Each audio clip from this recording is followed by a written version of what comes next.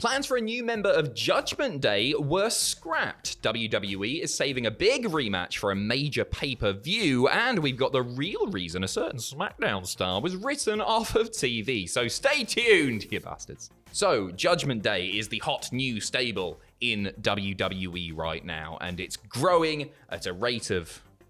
Well, it's 3 people now. Yeah. Edge has recruited Rhea Ripley, Damian Priest. He's teasing all sorts of people on Twitter. He's being a very naughty boy. He tweeted a picture of Tommaso Ciampa. He tweeted a picture of Paige. Yes. Which, you know, I'd love to see it. She'd fit in really well there. It's not going to happen. He's just messing with us. He's got us talking, and that's a good thing. But it turns out that one planned addition to the group was released a little while ago. And this is somebody that Edge had handpicked himself. Yeah. The talent we're talking about wasn't informed, and then he was just released. He was gone. We're talking about the former Haaland. Yeah. So big boy down in NXT. He was doing this stuff with Joe Gacy. Yep. Kidnapped Rick Steiner. He did. They had a right laugh together, and then, surprisingly, he was just pulled from TV, and then I think 3 weeks later or so, he was gone. He was out the door. And it was a big surprise, because you would think that WWE would be quite keen on him, because he's really, really big and quite imposing. Yeah, absolutely. I think reports were saying that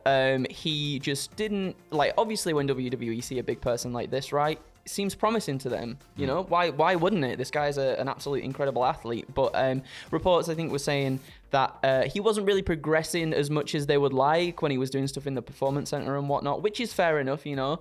But yeah, like, to have somebody as an enforcer, like Damian Priest he's a big man with big muscles, but Haaland has got that, I don't know, he's just wider. Yeah, he's dense. Yeah, he's a big, thick boy. He's a thick boy, and I think that would perfectly align with this whole Judgment Day thing, a really imposing monster of a figure to act the enforcer, to fill that role, because you're right, they don't have that at the moment, and maybe he would end up tagging with Priest and doing that sort of stuff, but yeah, as like a roadblock on the way to Edge as the final boss. Oh, that would be so good. I think that would have worked really well. I'm excited to see what he does next. Yeah, me too. Good luck to the lad.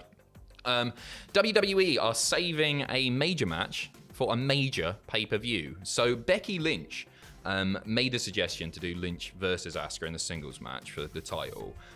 They're essentially trying to avoid one match that they want to get to, but not until they're in the right setting. And that match, the rematch of Becky Lynch and Bianca Belair. So they're holding off on that for a bigger show than is coming up. So they will return to that. And I think that's a good thing. I know like Becky and Charlotte have heaps of history, and it feels like a sort of, I can make a comparison to like Rock Austin. Yes. I'm not saying it was that good, but Rock Austin or Orton Cena. Those two are destined to face off against each other for ages. But to me, I don't mind them going back to the well on this one, because I'd much rather see Lynch versus Belair. I think Charlotte and Becky's should be done at this point. Yeah. And I think there's more mileage in Belair versus Lynch. They've shown so much promise as well. I think it's a good idea to have Lynch, who is, like, I guess, would you call her a veteran now, I guess?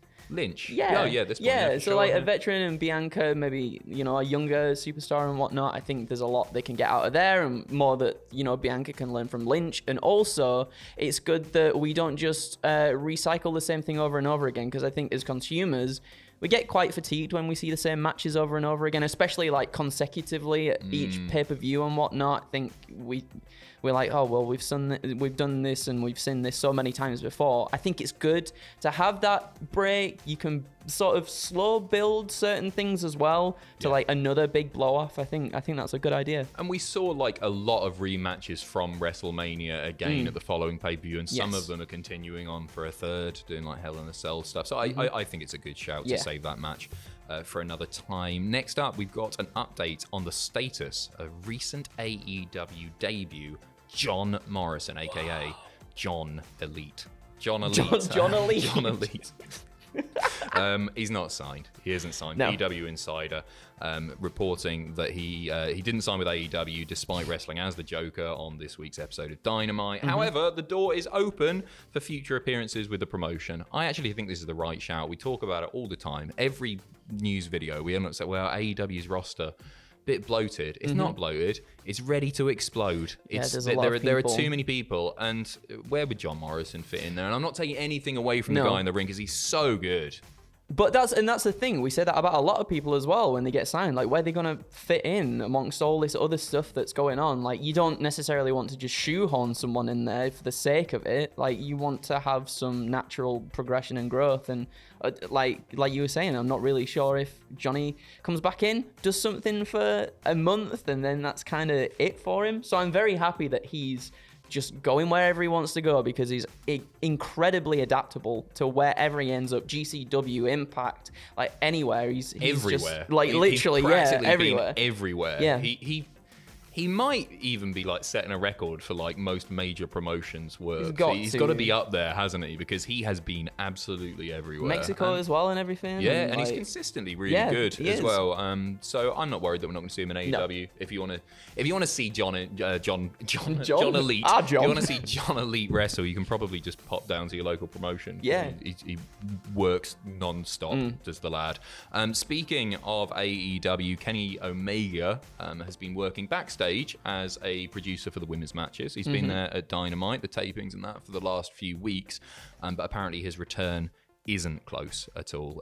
Young Bucks teased that when Kenny is healthy and ready, he would return and face Vikingo, but they're not even close to setting a date for that return. Triple Mania isn't until October. Omega, if he's healthy, he really wants the match. That's one that he wants personally. Yeah. So maybe we'll see it, but it looks like it's going to be a while away. And you know what? Like, he was knackered at the end of that title reign. His body was falling apart, and due to the physical style that he wrestles, it's like he deserves the break. Absolutely, take as much time as you need, and I think myself included, I think a few of us thought perhaps he'll turn up at this AEW New Japan thing, and yet he still might as just an appearance. He might come out, set up some sort of angle for down the line somewhere, but he necessarily doesn't need to wrestle, and I think that's a good thing. Like, he's so talented and such a phenomenal person in the ring. Like, you want him to come back 100%, right? You don't just want...